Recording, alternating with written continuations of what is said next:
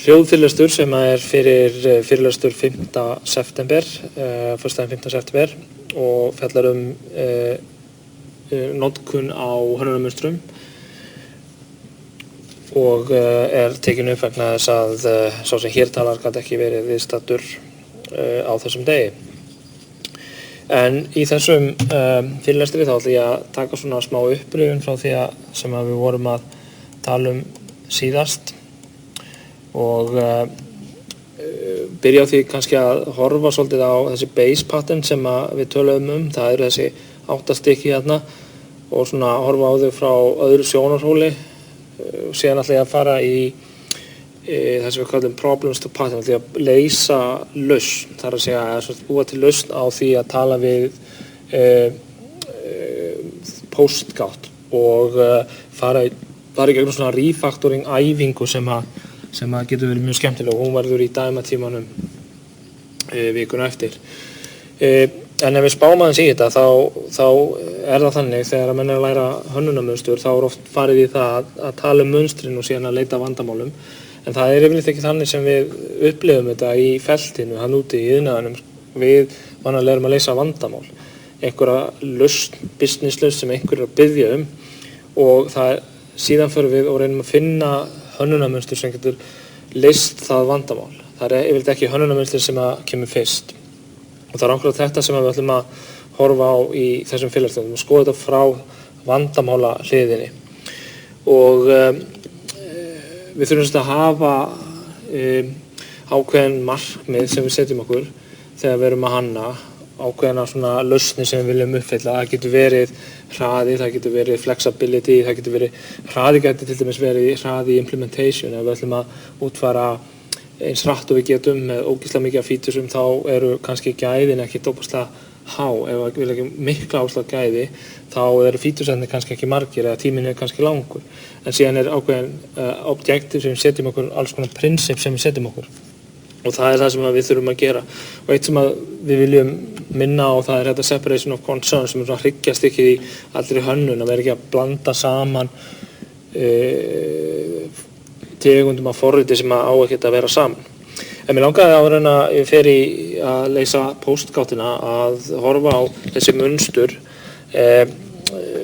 frá ákveðnum sjónarhóli og byrjum á þessu vandamáli hér. Nú stend ég fram fyrir því að ég þarf að endurnýta svona, lesum þetta bara upp, how do I reuse common functionality of my objects? Og ég með svona nokkur setningar og ég ætla að gefa ykkur svona nokkrar sekúndur í það að hugsa ykkur ef að þið viljið vera örugg þá ítið þið bara á pásu og hugsið, annars ætla ég ekki að hafa langa þagnir í þessu. How do I reuse common functionality of my objects?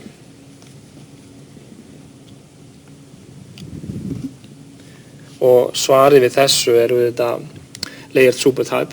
Það að segja, þetta gamall vinnur okkar og þið hafið notað hann örugglega áður á þess að fatta, vita, en hérna nú kannski hafið kynst honum formlega. Þetta gagnatýpa sem supertýpa fyrir allar aðra týpunar í ákveðnu lagi og við skoðum þetta í síðasta fyrirlestri, þetta sem superklassi sem þá með það sem allir þurfa að útfæra og bara ef við erum með svona hluti sem allir þurfa að gera eins og hérna við notum draw object sem dæmi og við setjum bara til að taka fleiri dæmi það sem eru svona kannski raunhæfari í þessu en til dæmis draw object sem með x og y og color allir þurfa að vera með það þá býr bara til svona supertypu og þá get ég verið að kasta inn í parametra sem parametra draw object þegar það skiptir ekki máli hvað af þessu það en næsti já hvenær notar þetta? Já, hvenær notar layered supertype? Þegar út með svona common feature og hér sem dæmi, gleymdi þessari glæru. Næsti sem ég ætlaði að taka fyrir var how do I access an external service without becoming too dependent on it?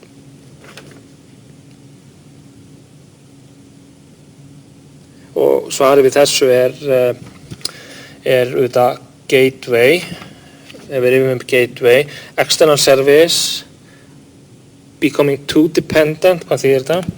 gateway vinnur okkar, þetta rosalega einfalt og skemmtilegt munstur. Þetta just object that encapsulates access to an external system. Ímyndum okkur við séum með þúsundir klasa og hingað og þangað í þessum klösum þá þurfum við að tala við einhvern pricing package, hingað og þangað, customer, lease, asset og allir hinir félagarnir, þeir þurfum allir að tala við þetta pricing package. Og þessi pricing package eitthvað sem er externa, þetta eitthvað sem við fengum annars staðar frá, jável API sem við bara köllum á. Þá getur verið mjög sniðugt að búa bara til gátt á þennan APA og láta allt okkar forrit, allar okkar forrit, því að línan þarna á milli pricing gateway, hér sem sagt lína sem er external, þetta er internal hérna, við erum í þessu teimi og síðan einhver aðrir hérna. Nú ef við okkar yfirmenn eða managerar, þeir vilja skipta pricing package eða kemur eitthvað upp á, þá náttúrulega viljum við ekki fara hérna út allt og gera breytingar allstaðar í customer lease og öllum þeim, við viljum gera það kannski á einum stað, þannig að aðgangurinn svona settur í gegnum gátt, þess vegna er þetta nota svona, þetta er mjög einfalt, þetta er yfirleitt bara einfaldur API sem við bjóðum upp fyrir okkar forrit og hann talar með útfærslu við það sem við þurfum að tala við. Allt saman mjög einfalt. Og þetta þýðir það að allar breytingar, það þýðir það að það er á einum stað, það þarf ekki að fara út allt, en það er eitt lykilatriði og hafið þetta í huga, þetta er mikilvægt. Það er eitt lykilatriði, gátt er einföld, hún er ekki með business logic. Ef þau eru með business logic gátt, þá eru þau ekki með gátt. Það er eitthvað allt annað. Og ef ég rendi á prófspurningu sem segir hér er ákveðið vandamál og það er business logic, þá getur þið útilokað gátt. Og þetta er jafnvel svo einfaldir klasar að þetta generata og það er þetta sem margir gera. Sem sagt, hvernig notar þetta því ég þarf að tala við einhverja þjónustu og það er þetta að nota þetta með service tab til dæmis eins og við höfum séð og það er mjög auðvelt að skipta út þessum þjónustum og hann glemti ég að taka út númeri fyrir þessa service tab. En næsti, how to avoid creating unwanted dependencies.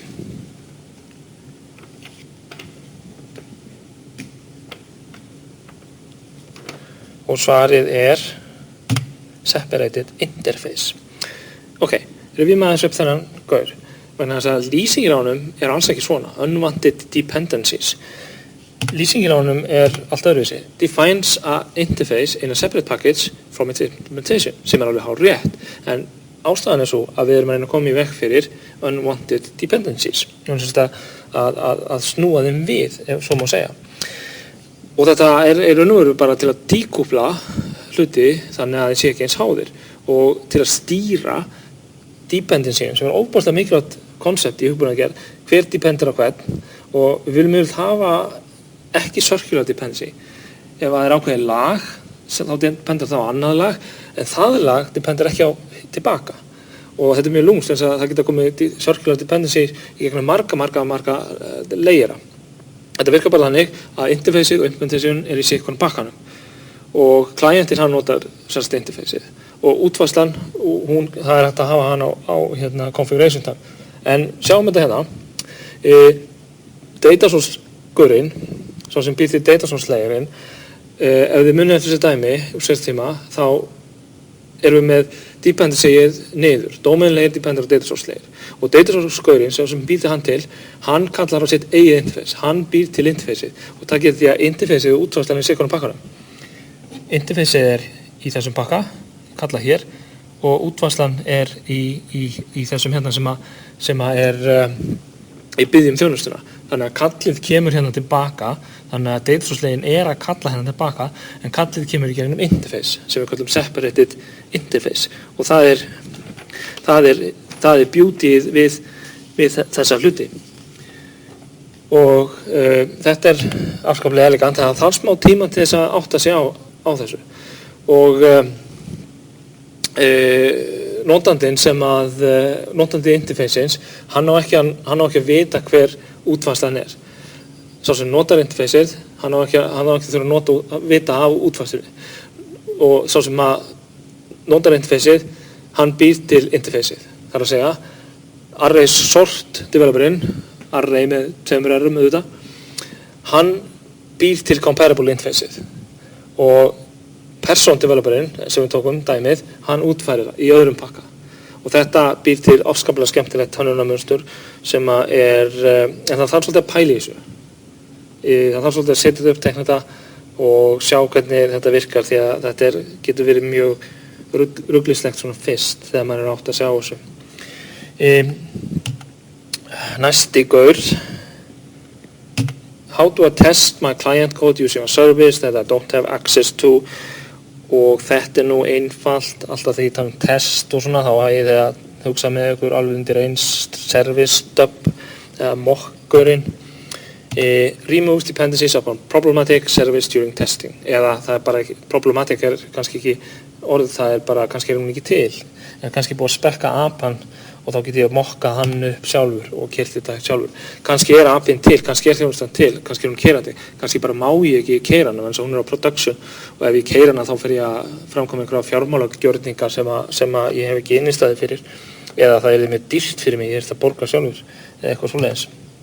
Ég man til dæmis þegar ég var að testa kreditkorteiningar þá þurfti maður alltaf að vera með svona sér testnúmer sem skiluðu sér í því að færslan fór ekki í gegn.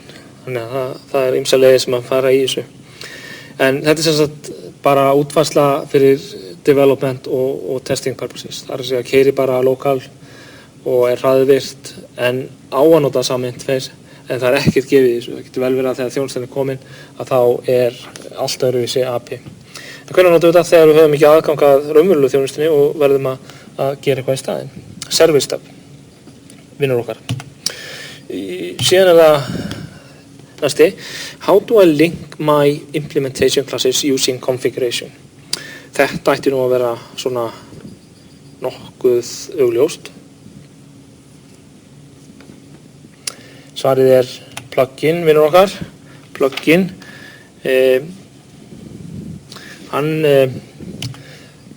Hann var kynntur okkur formulega svona. Links classes during configuration rather than compilation. Use plugin to provide specific implementation og þá erum við með einhvers konar til dæmis framework eða eitthvað svona interface og eitthvað loader og eitthvað svona faktorjur kannski og það eru mismunandi útfærslur á sama interfaceinu. Útfærslan alltaf að nota sama interface, alveg svo þessi feed reader sem að útfærið eitthvað RSS feed reader sem útfærið feed reader interface, svo kemur XML feed reader og hinn og þetta svona plugin inn í kerfið, ég plugga inn nýrri útfærslu. Og það að taka ákvörðun hvað ég á að nota á keyslutíma sem náttúrulega beautiful. Það að skipta útfærslur í miðri keyslu sem er afskaplega skemmtilegt. En þetta tengist líka mjög faktor í mynstrinu, það að nota þannig. Hér til dæmis dæmi þetta. Sá sem kallar á plugin, implementationa og hérna sjáum við hvernig þetta gert. Og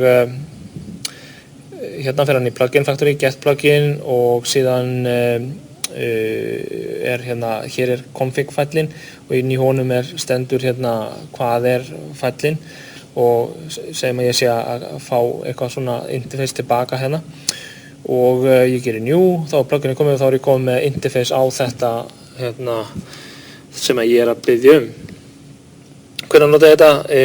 Þegar þú þarft að skipta eða ákveða í configi hvaða klasa þú skipta kannski út fyrir mismunandi uppfærslur hvaða klasa þú ætlar að nota og eða jafnvel nýja og þá konfigarur það inn og allt restin af kerfinu þarf ekki að breyta neinu í kóðanum sem fyrir.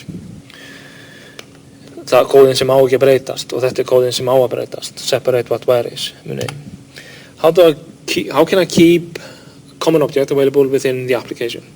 Common object. Svarið við þessu þetta registry sem svona þetta global stuff sem að menn hafa oft þörf fyrir. Well known því það að þú getur bara teikt í skí og sóta, þetta er bara svona eitthvað sem hangir í skíinu og þú átt að finna eitthvað svona common sem svona stilling og eitthvað. Þetta er yfirleitt þannig að þetta gögn sem global og þetta er yfirleitt ekki eitthvað sem að breytist. Það geta verið mismunandi skópar fyrir mismunandi hluti Þetta svona það sem alltaf í kerfinu, svona stillingar og svoleiðis stót sem að getur verið gagnlegt að hafa og ég var hérna með dæmi, ég var búinn að breyta þessu glæru, þetta svona klasi registry og ég nota hérna statískan bara njúan sjálfur þannig að þegar klasin keyrður upp fyrst eða þegar forritið fyrir gang þá njúast þetta og þá keyrir hann þennan hérna eða keyrir hann þennan private registry og hérna fullt á svona að loada einhverju dóti inn og svo framvegis og síðan þegar menn vantar að grípa í cloudið einhvern veginn, þá bara segja get instance, registry get instance, þá þú komið með gaurinn og inn í honum allir þessi properties sem að mennum vantar. Þá notum við kannski svona load properties virkni einhverja til að sækja dótið. Ok, næsti. I need to set up communication between two independent objects.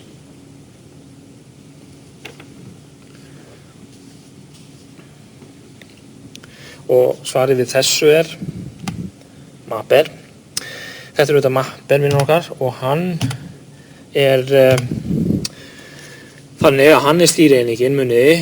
Gáttin var okkur að nota kassan í miðjunni en hérna kassan í miðjunni sem ræður. Hann að tala við pricing package, hann að tala við objectin okkar og hann að svona synka hann á milli og hann stýrir þessu. En mapper notaður til þess að gera svona búið til tengingu milli tveggja hluta.